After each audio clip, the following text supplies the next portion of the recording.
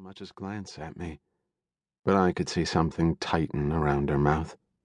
She knew that I was in the room. She kept her eyes on her husband-to-be.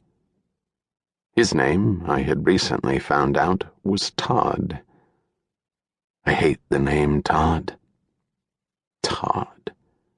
They probably called him Toddy, or the Todd Man, or the Toddster. Todd's hair was too long, and he sported that 4-day stubble beard some people found hip, and others, like me, found punch-worthy.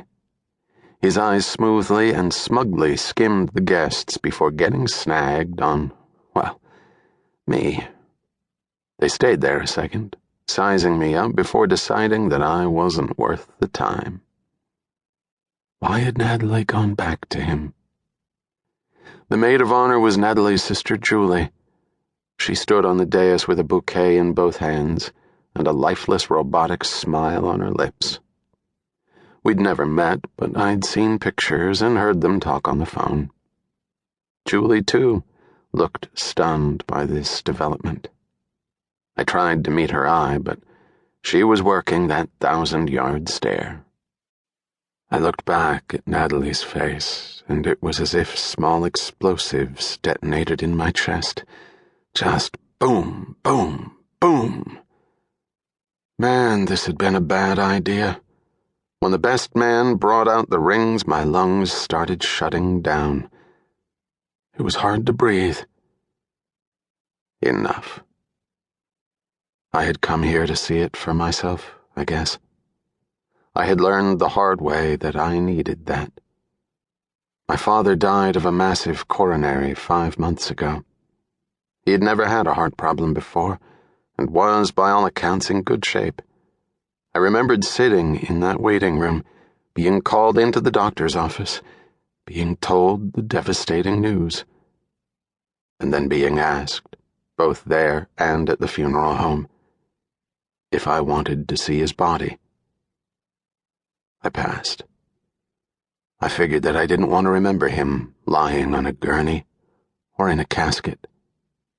I would remember him as he was.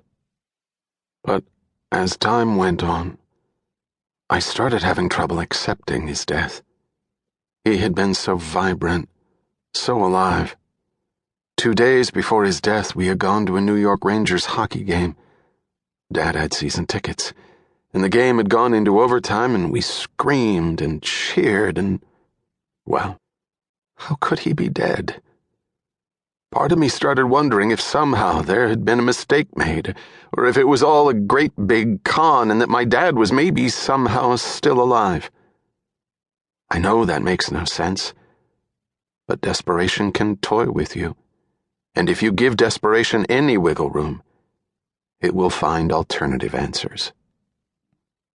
Part of me was haunted by the fact that I never saw my father's body. I didn't want to make the same mistake here.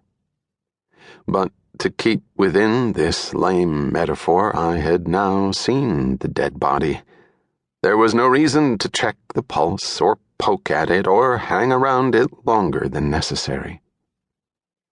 I tried to make my departure as inconspicuous as I could. This is no easy feat when you're 6'5" and are built, to use Natalie's phrase, like a lumberjack. I have big hands. Natalie had loved them. She would hold them in her own and trace the lines on my palm. She said they were real hands, a man's hands.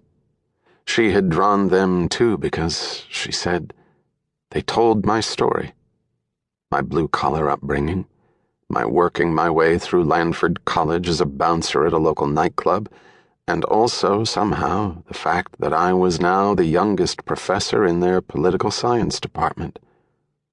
I stumbled out of the small white chapel and into the warm summer air. Summer. Was that all this had been, in the end? A summer fling? Instead of 2 randy kids seeking activity at camp, we were 2 adults seeking solitude on retreat. She to do her art, me to write my poli-sci dissertation, who met and fell hard, and now that it was nearing